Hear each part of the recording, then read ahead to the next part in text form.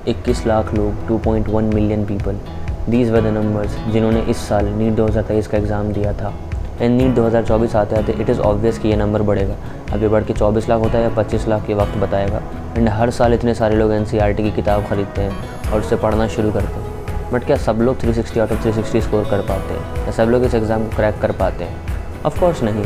मुश्किल से 2 या 3 लाख ऐसे बच्चे होते हैं जो एक्चुअली में इस चीज़ को क्रैक कर पाते हैं कि NCERT एक्चुअली में हमें पढ़नी कैसी है। पढ़ते हर कोई है, हर कोई मेहनत करता है। मेहनत करना is not equal to result. हमारी कोचिंग में ज़ूलॉजी के टीचर थे, वो ये कहते थे कि पढ़ना तो इम्पॉर्टेंट है बट कौन कैसे पढ़ रहा है ये ज़्यादा इम्पॉर्टेंट है। What to study and how to study, this is important. हमें व्हाट टू स्टडी तो पता है कि NCERT पढ़नी है, लेकिन किस तरीके से पढ़ना है, क्या अप्रोच होना चाहिए जिससे मैंने इस एग्ज़ाम को क्रैक करा। एंड इवन जब मैंने पहली बार भी नीट का एग्ज़ाम दिया तो भी मेरे बायो में डिसेंट मार्क्स है, 330 के अराउंड थे। Anyways, let's get into the video directly. So the first point is highlighting. अब देखो, हाईलाइट करने के चक्कर में इस तरीके से हाईलाइट मत कर देना, शायद तुम्हें दिख रहा हो, ठीक है ना, कि मतलब लाइक मैंने ऐसे स्पाइरल करवा रखा था क्योंकि मतलब कूल लगता था ऐसा। खैर, तो मतलब जैसे तुम देख रहे हो कि मैंने इस चीज़ों को हाईलाइट कर रखा था, तो मैंने एक एक लाइन ही लिटरली हाईलाइट कर दी थी, ठीक है, और साइड में चीज़ें भी लिख रखी थी यहाँ पे। तो कहने का ये मतलब है कि ये मेरी सबसे पहली NCERT थी और ये मेरी सबसे पहली गलती भी थी कि सब कुछ हाईलाइट कर देना, क्योंकि हर लाइन शुरुआत में इंपॉर्टेंट लगती है। बट देखो, होता ये है ना कि हमें सिर्फ वही पढ़ना होता है जो इम्पॉर्टेंट है और जो आएगा। मैं तुम्हें कुछ एग्जांपल्स दूंगा, बट इस चीज़ को ध्यान रखना है कि हर कुछ हाईलाइट नहीं करना होता है।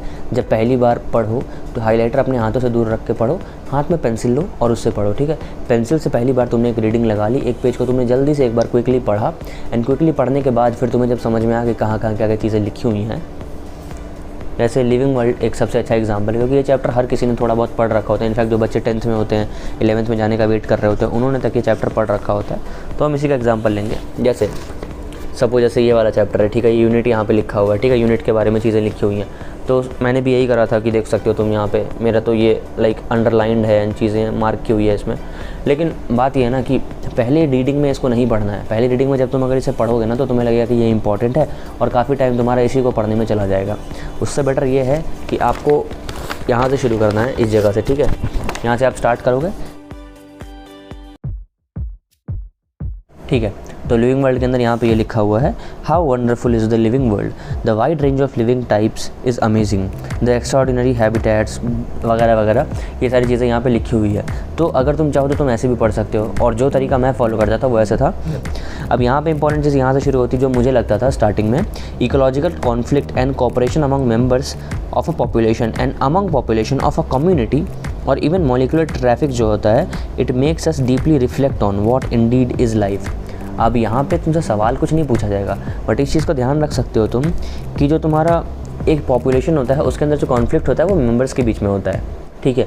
और एक पॉपुलेशन के ऊपर एक कम्युनिटी होता है, तो ऐसे पॉपुलेशंस के बीच में कॉन्फ्लिक्ट चलती है एक कम्युनिटी के अंदर। तो अभी तो तुमने इकोलॉजी पढ़ी नहीं थी, तुम्हें तो पता भी नहीं है इकोलॉजी के अंदर ऑर्गेनिज्म, पॉपुलेशन, कम्युनिटी, बायो में सारी चीज़ें क्या होती है। लेकिन तुम्हें यहाँ से थोड़ा सा आइडिया लग गया कि अच्छा, पॉपुलेशन के अंदर जो लोग होते हैं उनको हम लोग मेंबर्स कहते हैं, और कम्युनिटी के अंदर जो चीज़ें होती हैं वो पॉपुलेशन होती है, और कम्युनिटी के अंदर पॉपुलेशंस आते हैं और उसके अंदर मेंबर्स आते हैं। तो ये तुम्हें NCERT की एक लाइन पढ़ के समझ में आई, जबकि एक बहुत बेसिक सी लाइन है, इतना इंपॉर्टेंट नहीं है इसको एम्फेसाइज करना।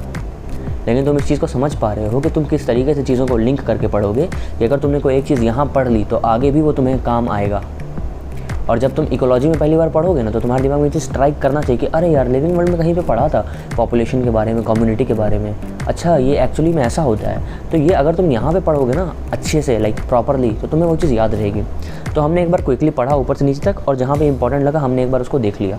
फिर उसके बाद ये क्वेश्चन आता है कि इस क्वेश्चन के अंदर has 2 implicit questions with in it. पहला ये कि टेक्निकल वन है कि what living is, living actually में क्या है, और नॉन लिविंग क्या होता है, जिसके अपोजिशन में कहते हैं कि देखो नॉन लिविंग ना चल नहीं सकता है, ग्रो नहीं कर सकता है, तो उसके अपोजिशन में कह सकते हैं हाँ ये चल पा रहा है, ये ग्रो कर पा रहा है, मतलब ये लिविंग है, मतलब इससे कंपेरिजन कर रहे हैं, ठीक है। और दूसरा एक फिलोसफिकल, लाइक कि जीने का मकसद क्या है, व्हाट इज़ लिविंग, ठीक है। तो ये पहले पैराग्राफ में इतनी सारी चीज़ें थी, इसमें से कुछ भी इंपॉर्टेंट नहीं है, कुछ भी नीट में आएगा भी नहीं। तो यही बस 2 चीज़ें याद रखनी थी कि कम्युनिटी के अंदर पॉपुलेशन आता है, पॉपुलेशन के अंदर मेंबर्स आते हैं, बस पूरे पैराग्राफ में ये इंपॉर्टेंट था। और ये इस तरीके से मैं इंपॉर्टेंट कह रहा हूँ कि अगर NTA ने या किसी भी इंसान ने तुमसे कभी भी पूरी ज़िंदगी में इस चैप्टर से या इस पैराग्राफ से कुछ पूछा, तो सबसे घटिया सवाल जो हो सकता है ना, सबसे घटिया, लाइक ऐसा जो कभी नहीं आएगा, वो ये आ सकता है, इससे ज़्यादा बेकार सवाल नहीं आ सकता। तो मैं तुम्हें ये चीज़ बता रहा हूँ कि वर्स्ट ऑफ वर्स्ट तुम कैसे पढ़ सकते हो। इसमें भी कुछ ऐसे सवाल थे जो कभी ज़िंदगी में कोई नहीं पूछेगा तुमसे, ब्यूटी ऑफ गैलोपिंग हॉर्स, ये सब नहीं आता, ठीक है।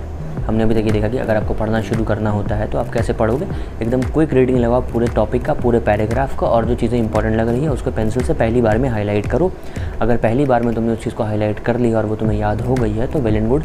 और अगली बार जब तुम पढ़ोगे और अगर उससे तुम्हारा कभी क्वेश्चन आता है या तुमने प्रीवियस ईयर क्वेश्चन में कभी देखा या तुम्हें लगता है इंपॉर्टेंट है या मैं भूल जाता हूँ ये, तो फिर उस पर हाईलाइटर चलाओ, ताकि जब तुम लास्ट में रिवीजन कर रहे हो तो तुम्हारी नज़रें सिर्फ उस हाईलाइटेड पोर्शन पे जाए। So if you are preparing for NEET तो तुमने इस ऐप का नाम ऑब्वियसली सुना ही होगा most probably. This app is Memonit. इसके अंदर देखो बेसिकली क्या है, ये जो ऐप है ये कम्प्लीटली NCERT पर बेस्ड है।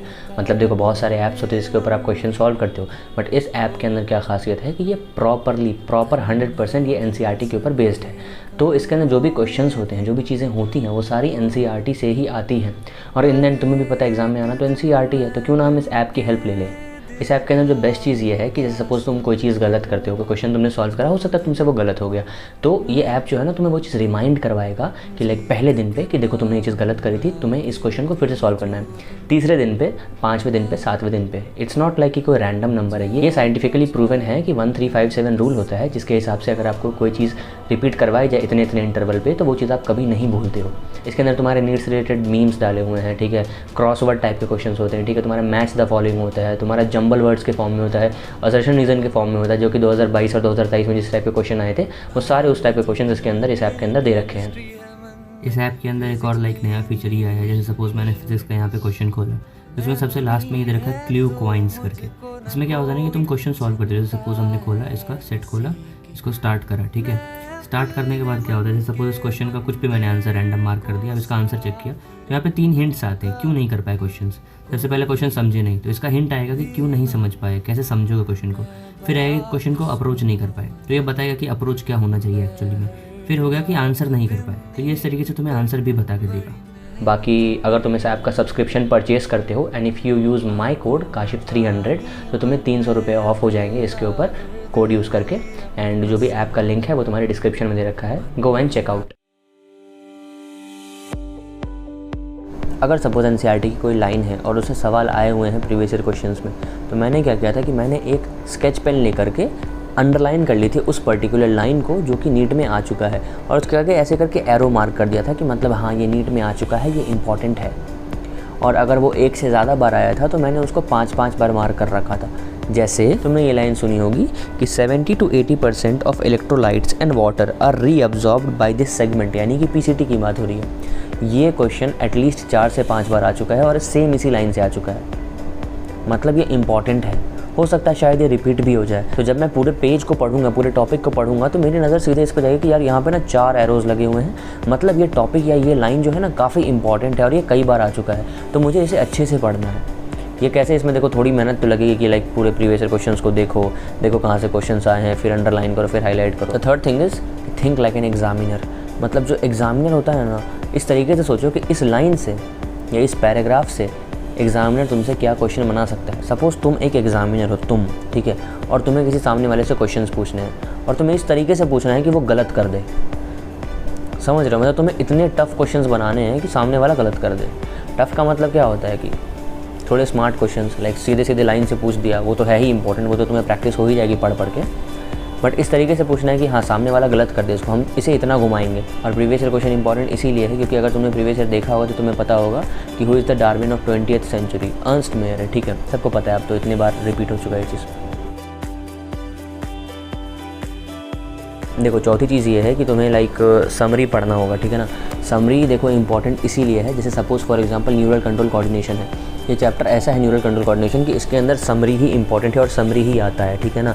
समरी के अंदर ऐसी बहुत सारी चीज़ें दे रखी हैं जो टेक्स्ट में नहीं है। समरी इंपॉर्टेंट क्यों कहा जाता है, क्योंकि देखो सपोज़ तुम लोकोमोशन एंड मूवमेंट चैप्टर पे अगर पहुंच चुके होगे या तुमने पढ़ोगे आगे चल के, तो वहाँ पे ना समरी में एक चीज़ लिखी हुई है, ये देखो, ये कि जो तुम्हारा मसल फाइबर है ना, ये एनाटॉमिकल यूनिट है मसल का, ठीक है, और जो तुम्हारा फंक्शनल यूनिट है वो है तुम्हारा सार्कोमियर। तो ये दोनों चीज़ें जो है मैंने हाईलाइट कर रखी थी पूरे पेज में, सिर्फ यही इंपॉर्टेंट था। तो ये चीज़ है, टेक्स्ट में नहीं दे रखा है, ठीक है, बट ये समरी में है, तो तुम्हें इस चीज़ को पढ़ना है, इस चीज़ को समझना है। और एनसीईआरटी के जो एक्सरसाइजेज होते हैं, यानी कि यहाँ पे जो दे रखी होती चीज़ें, एक्सरसाइजेज इंपॉर्टेंट हैं, ठीक, एक्सरसाइजेज सारे करो, और जिसके अंदर जो एमसीक्यू वाला पार्ट है, स्पेशली जो मल्टीपल चॉइस क्वेश्चंस होते हैं, वो सारे करो, ठीक है। समरी पढ़ो, डायग्राम्स इंपॉर्टेंट है। जैसे सपोज़ ये ब्रेन का डायग्राम है, ठीक है, तो इसकी लेबलिंग अलग चीज़ है, बट जो नीचे में तुम्हारा डिस्क्रिप्शन दिया होता है ना, तो यहाँ लिखा हुआ है कि डायग्राम शोइंग सजाइटल सेक्शन। अब तुम्हें तो नहीं पता कि सजाइटल क्या होता है, तो बेसिकली सजाइटल मतलब होता है कि ऐसे साइड वाइज तुम काटो और इस तरीके से देखो, लैटरली देखो उसको, ठीक है, जिसको सजाइटल सेक्शन कहते हैं। ये इंपॉर्टेंट नहीं है, मैं मान रहा हूँ ये सब चीज़ें नहीं आती है, but I am just explaining you a way कि तुम किस तरीके से पढ़ोगे कि तुम्हें ये भी पता होगा कि ये सेक्शन जो है ये ट्रांसवर्स है कि सजाइटल है। इतने इन डेप्थ अगर ड्रॉपर हो तो नहीं पढ़ना है, फिर से कह रहा हूँ, लेकिन अगर 11th-12th में शुरू कर रहे हो तो बहुत अच्छी बात है। इस तरीके से पढ़ोगे तो तुम्हें चीज़ें ज़्यादा अच्छे से याद होंगी, तुम्हें पता होगा और खुद में कॉन्फिडेंट रहोगे कि भाई एक एक लाइन, एक एक वर्ड पढ़ लिया है, कहीं से भी पूछ लो। चीज़ों को क्या करो ना, काउंटर लर्निंग करो। काउंटर लर्निंग का मतलब ये होता है, वही चीज़ मैंने तुम्हें बताई ना कि अगर तुम्हें लिविंग वर्ल्ड पढ़ा तो तुम्हारे दिमाग में स्ट्राइक करना चाहिए इकोलॉजी, क्योंकि मैंने पढ़ रखा है पूरा 11th-12th, तो मुझे पता है कि हाँ 12th के आखिरी चैप्टर जो है ना इकोलॉजी, तो उसमें ऐसे ऐसे होता है। उसी तरीके से अगर तुम शुरू कर रहे हो, तुम ड्रॉपर हो, तो तुम्हें पता होगी ना कहाँ क्या चीज़ें लिखी हुई हैं, तो उनको आपस में कनेक्ट करो, आपस में कोरिलेट करके पढ़ो, तो तुम्हें ना 2 चैप्टर एक बार में याद होंगे। एक लाइन सुनते ना तुम्हारे दिमाग में सारे चैप्टर्स आ जाएंगे जो भी उस लाइन से लिंक्ड है। इस तरीके से पढ़ो। अगर तुम यहाँ तक आ गए वीडियो में, तो आई जस्ट वांट टू से कि वीडियो सब लोग देखते हैं, बट 78% जो ऑडियंस होती है, they haven't subscribe, so please subscribe it and it will hardly take you 2 to 3 seconds to press that button. So yeah, do support and I'll see you in the next video. तब तक के लिए take care and bye.